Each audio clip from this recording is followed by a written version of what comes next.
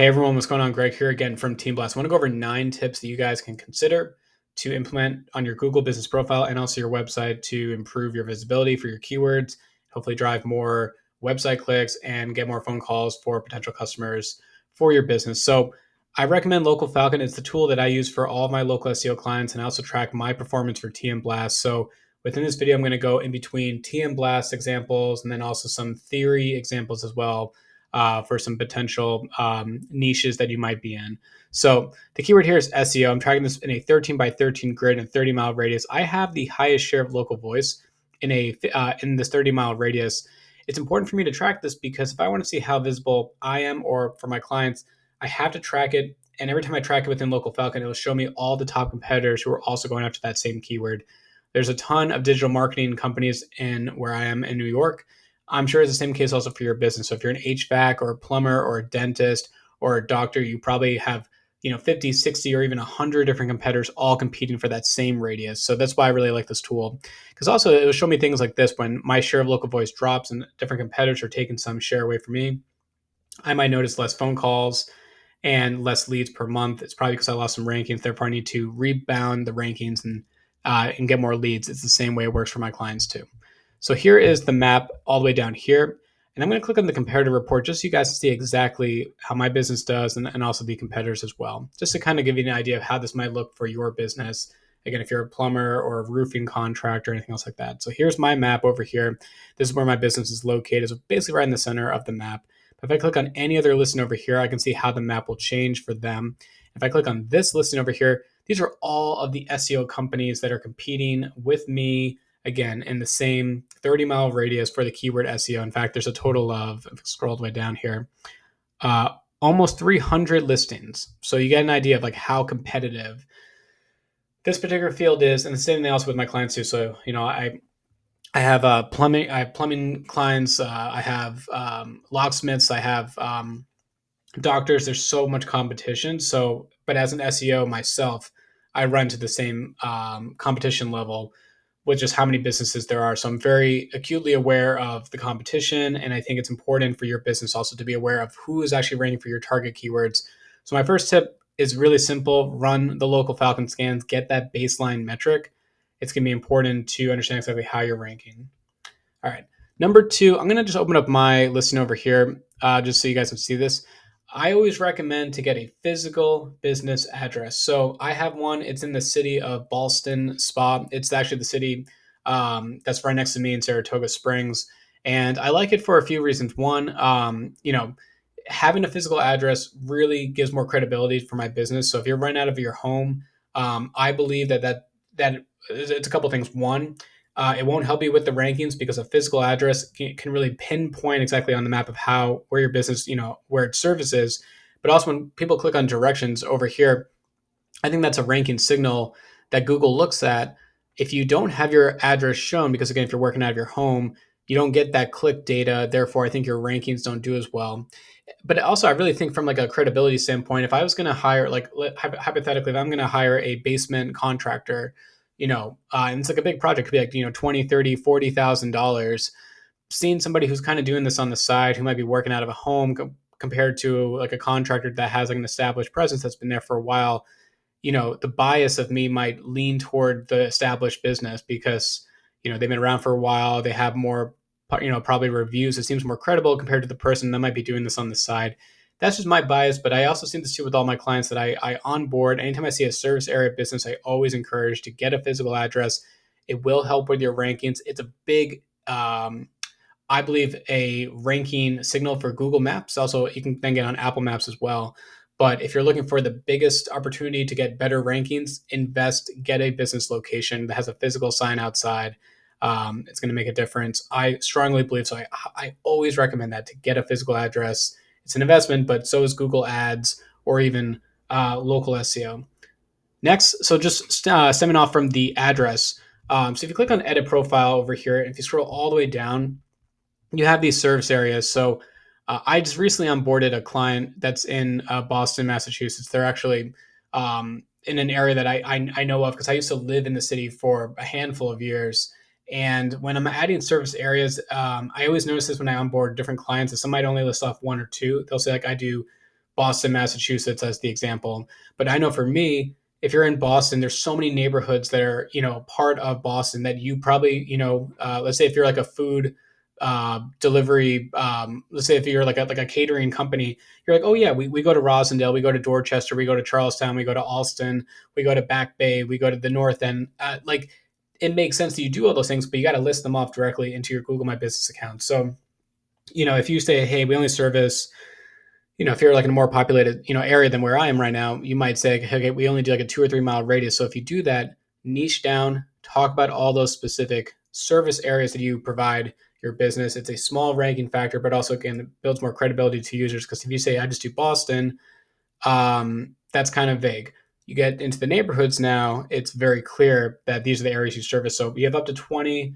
I recommend to list them off exactly where you service, niche down, use the local Falcon scan to get an idea of how you rank, and then put the areas that you're not ranking that well, maybe in the service areas as a test to see if that improves your ranking.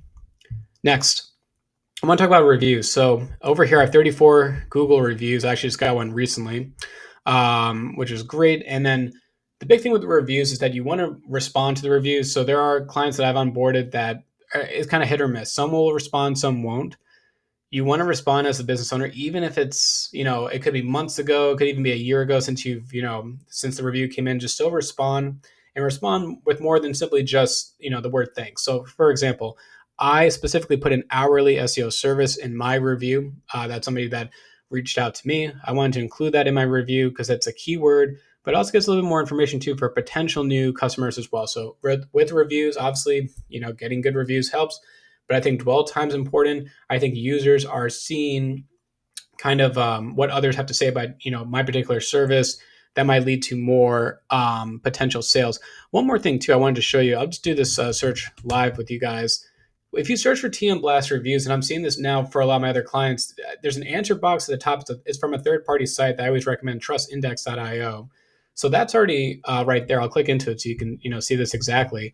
So I always recommend this site, and I'll scroll over here. I have my Google reviews, and I also have my Trust Index reviews as well. So it pulls in my reviews from different sites. So if you have Yelp, I think if you have Facebook and the App Store from Google, and I think Apple, but I'm not positive, but there's a lot of different things you can pull in. So I recommend trustindex.io. It also will display your headquarter location, your contact information, everything that I think helps with local SEO. But if I go back over here, you have the answer box now at the top, and you also get into the AI overview. And I can already see here's the link to Trust Index. If I click on this, it's the very top over there. So I highly recommend, getting Google reviews is great, but you want to get on third-party sites like Trust Index, or you can get on Trustpilot, or you can get on, Yelp, or UpCity, or there's other sites too. But basically, look to see what is being featured for your competitors, and then either look to get on there as well, or find a way to maybe expand your reviews on third-party sites as well. Okay, we talked a little bit about Trust Index. The next thing I want to talk about is entities more than simply just trustindex.io. So here's my recommendation. Put in your website. So for me, tmblast.com, then do minus site and then colon your website again. You want to see all the third-party sites that talk about your business in some way. These are either listings that you have created yourself or just naturally how links happen, how they might mention your brand. So you can play around with this. You can actually change it from just the website URL to just your brand name like TM Blast, or I can do Greg Kristen. I can do a lot of different ways, but I want to see all the sites that talk about my business. And, notably, if you go down to, I think it's, where was it? Where was I looking before? Let me go to one more. Not seeing it actually in this, but what I did was, let me just go back to number one, just to kind of explain this. I've noticed that there's different directories, like from like my competitors, for example, for some of my clients. If I notice like things like Chamber of Commerce's, if I notice things like specific cities like Saratoga Springs, .org or Albany.com or other places too, if my competitors are listed on there, that's where I need to get listed on too. So I worked with a roofing contractor last year, and it was the same process where, I looked at the top competitors in the area and said, we need to get on saratogasprings.org because it's a site that obviously drives a good amount of traffic. It's a powerful backlink. I don't care if it's follow or no follow.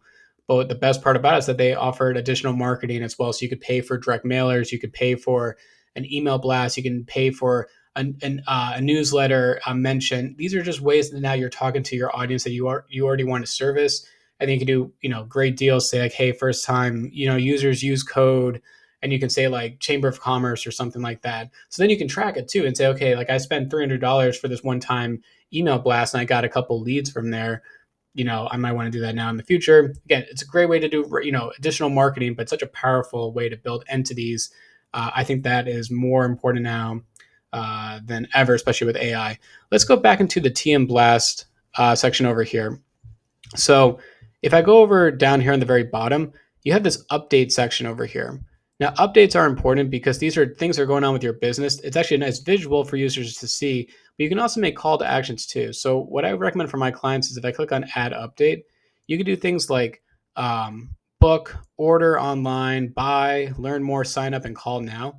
So if you're like a locksmith or if you are an HVAC company or a plumber, you can do things like click on call now, say, hey, do you have like an emergency locksmith service that you need help with? Call now. It's an easy way to get people to interact with your business and also keeps your business active. I really believe dwell time is a ranking factor. And plus also it's a nice visual too to see exactly what the business is up to. I think this is a very easy thing for business owners to do. If you're a mover, for example, share photos of where you are. Say, hey, I'm going to be in Brighton, today to help move, commercial property to one address to another. Those are keywords and also builds more trust now for users. They can see exactly what you're doing with you and your team. Next, I want to talk about the map. So here's the map over here for TM Blast. What you want to do is you want to click on share. You want to go to embed a map and you want to click on this copy HTML. So from here, here's the code. I already copied it. Let's go into my website. What I always recommend is if I scroll all the way down, here is my map. So I have the contact us. I have my address there. I have my phone number. I have my email address, but I also embed my map because my map now is going to be on every single page of my site because it's in the footer. So I believe now there's a connection between my Google business profile and also my website. So I talk about how I'm in upstate New York. I offer SEO services, but also here's the connection now between my profile and my website. I do meet with clients, also potential clients in my office location. And that's why I highly recommend the physical address, because then I have people who say, hey, I'm going to be in Ballston Spa or my business is in Ballston Spa. Am I able to meet up with you? Either like at a coffee shop or I can meet you at your location, which I have done. And it just builds more credibility. So they can see exactly where I'm located. And if they wanted to meet with me to go over, SEO or their profile or anything else like that, I think that map is a small ranking factor, but I highly recommend you do that as well. Next is you want to niche down into all your services. So here's all the services that I basically offer. So, I've done this in different ways. So SEO means so many different things. You can have, local SEO, you can have national SEO, but also a niche down into things like contractors, dentists, doctors, insurance agents, chiropractors. If I click on, let's say the movers one. So this is like a specific landing page that I've created. So local SEO for movers. I talk about what the service is. I talk about a case study that I have for one of my movers that I've worked with.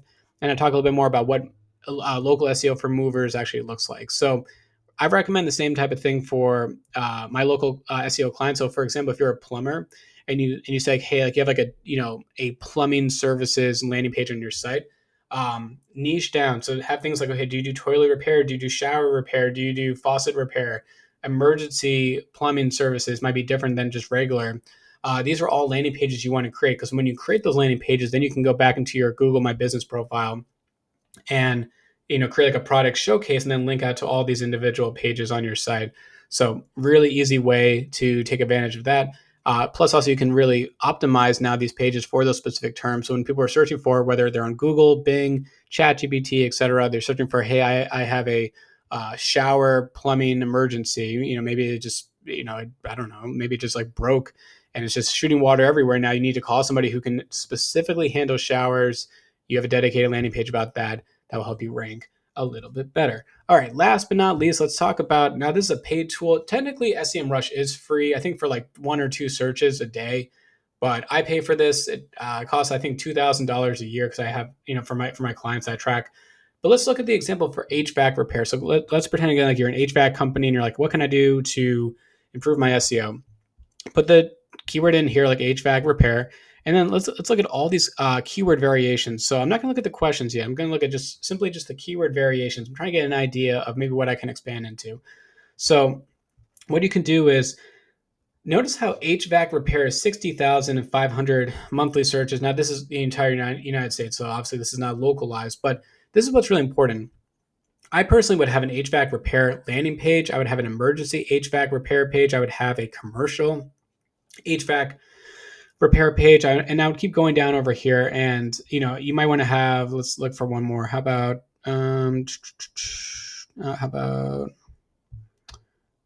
these are all now specifics. A lot of these are like best AC repair or affordable. I'm not saying you have to create individual landing pages for each of those, but again, this kind of stems off the example that I gave before, which is plumbing. So look for the keyword variation. Say, okay, this is roughly what people are searching for. They're looking for words like affordable or best or top.